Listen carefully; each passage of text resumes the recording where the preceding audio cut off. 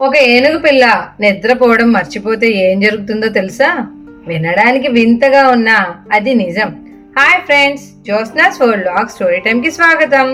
కథను తెలుసుకుందాం, నీతిని నేర్చుకుందాం. ఈ రోజు మనం సరదాయిన కథలోకి వెళ్ళిపోదామా మరి? అనగనగా ఓ అందమైన అడవి. అక్కడ చిన్ను అనే ఓ బుజ్జి ఏనుగు పిల్ల ఉండేది. చిన్నుకి అల్లరంటే చాలా ఇష్టం. రోజంతా అడవిలో తిరగడం, చెరుగ్గళ్ళు తినడం, తొండంతో నీళ్లు చల్లడం ఇదే పని. కానీ ఒకరోజు రాత్రి చిన్నుకి ఒక వింత సమస్య వచ్చింది. ఆకాశంలో చందమామ వచ్చాడు. చుక్కలు మెరుస్తున్నాయి. అడవిలోని జంతువులన్నీ గుర్రు పెట్టి నిద్రపోతున్నాయి. కానీ చిన్నుకి మాత్రం అస్సలు నిద్ర రావడం లేదు.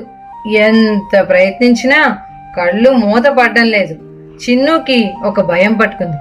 అయ్యో, నేను నిద్ర కూడా ఎలాగో మర్చిపోయాను అని. వెంటనే చిన్ను చిన్న సలహా కోసం అడవిలోకి బయలుదేరింది. ముందుగా ఓ చెట్టు మీద కూర్చున్న రాము అనే గుడ్లగూబ కనిపించింది. రాము బాబాయ్, నేను నిద్రపోవడం మర్చిపోయాను, ఎలాగో నేర్పిస్తావా అని అడిగింది.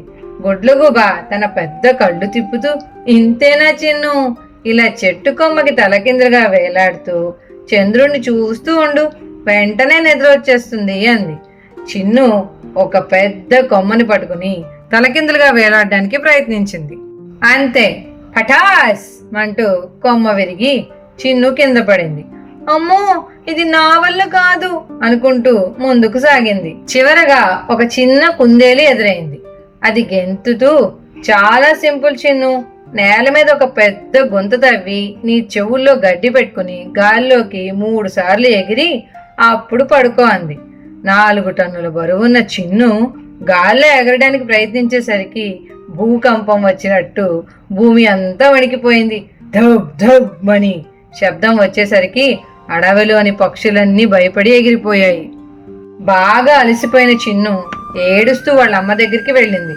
అమ్మా, నేను నిద్రపోవడం కోసం అన్నీ చేశాను, తలకిందులుగా వేలాడాను, గాల్లో ఎగిరాను, కానీ నిద్ర రావడం లేదు, నాకేదో అయిపోయిందమ్మా అని బాధపడింది.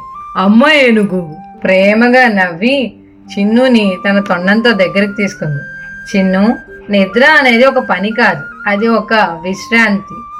నువ్వు నిద్రపోవాలని ఎంత ఎక్కువగా ప్రయత్నిస్తే అది అంత దూరంగా పోతుంది. నువ్వు ఆలోచించడం ఆపేస్తే అది వస్తుంది అంది. చిన్ను అమ్మ పక్కగా హాయిగా ఒదిగి ప్రశాంతంగా కళ్ళు మూసుకుంది. మరి ఈ కథలోని నీతి: కొన్ని సహజమైన విషయాలను, నిద్ర, శాంతి లాంటివి మనం బలవంతంగా తెచ్చుకోలేం. అతిగా ఆలోచించడం మానేసి మనసును ప్రశాంతంగా ఉంచుకుంటే అన్నీ అవే సాగుతాయి.